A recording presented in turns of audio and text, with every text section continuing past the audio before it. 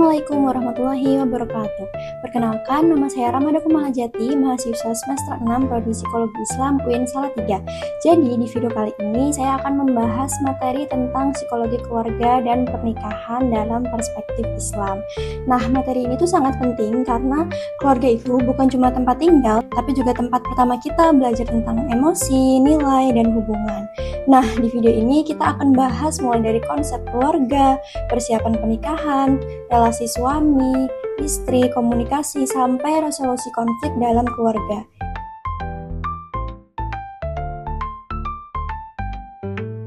Oke, jadi yang pertama kita mulai dari konsep dasar keluarga dulu. Nah, dalam psikologi, keluarga adalah unit sosial terkecil yang terdiri dari individu yang terikat oleh hubungan darah, perkawinan, atau adopsi. Keluarga juga dipandang sebagai sistem relasional, artinya setiap anggota saling memengaruhi satu sama lain. Selain itu, keluarga punya beberapa fungsi penting seperti fungsi biologis, fungsi psikologis, fungsi sosial, fungsi ekonomi, dan fungsi pendidikan. Nah, yang menarik, keluarga juga menjadi basis kesehatan mental, artinya kondisi keluarga sangat mempengaruhi kesehatan psikologis seseorang. Maka dari itu, keluarga yang sehat biasanya ditandai dengan komunikasi terbuka, saling menghargai, dan adanya dukungan emosional. Selanjutnya kita akan masuk ke persiapan pernikahan. Nah, sebelum membangun keluarga, tentu ada yang namanya persiapan pernikahan. Nah, persiapan ini itu nggak cuma soal acara, tapi mencakup 4 aspek utama, seperti jasmani, psikologis, spiritual, dan finansial. Secara jasmani, pasangan harus sehat dan siap secara biologis. Secara psikologis, perlu kematangan emosi, kemampuan komunikasi, dan kesiapan dalam menghadapi konflik. Secara spiritual, dalam Islam, pernikahan adalah ibadah, jadi perlu niat yang lurus, pemahaman agama, dan akhlak yang baik. Dan terakhir, secara finansial, pasangan perlu punya perencanaan keuangan dan kemampuan memenuhi kebutuhan keluarga.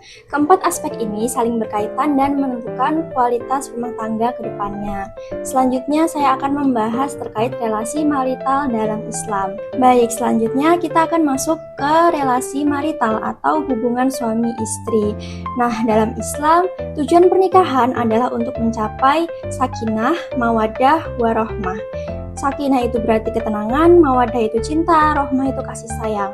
Nah, relasi ini dibangun atas prinsip kesetaraan, keadilan, musyawarah, dan saling menghormati. Selain itu, ada juga hak dan kewajiban masing-masing. Suami bertanggung jawab memberi nafkah dan melindungi keluarga, sedangkan istri berperan dalam menjaga kehormatan dan mengelola rumah tangga. Dalam perspektif psikologi, keharmonisan pernikahan dipengaruhi oleh komunikasi, ekonomi, nilai agama, dan kepribadian pasangan. Kalau semua ini seimbang, maka akan tercipta relasi yang sehat dan harmonis. Selanjutnya ada komunikasi dan qaulan ma'rufan. Komunikasi adalah fondasi utama dalam keluarga. Dalam psikologi, komunikasi melibatkan beberapa unsur seperti komunikator, pesan, media, penerima, dan feedback. Ada beberapa teori komunikasi yang penting seperti komunikasi interpersonal, yaitu keterbukaan dan empati, kemudian teori pertukaran sosial, dan teori sistem keluarga. Nah, dalam Islam ada konsep qaulan ma'rufan, yaitu berbicara dengan baik, sopan, dan penuh kebaikan. Contohnya, daripada bilang, kamu selalu salah, lebih baik bilang, aku merasa kecewa, tapi kita bisa cari solusi bersama. Jadi, komunikasi yang baik itu bukan cuma benar, tapi juga cara menyampaikannya harus lembut dan empatik. Selanjutnya ada konflik dan resolusi konflik.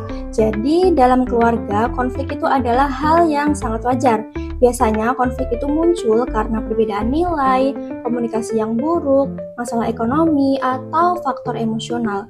Dalam psikologi, resolusi konflik adalah upaya untuk menyelesaikan masalah secara konstruktif, misalnya dengan memahami sudut pandang pasangan dan mencari solusi bersama. Sementara dalam Islam ada konsep islah, yaitu upaya memperbaiki dan mendamaikan hubungan dengan nilai spiritual.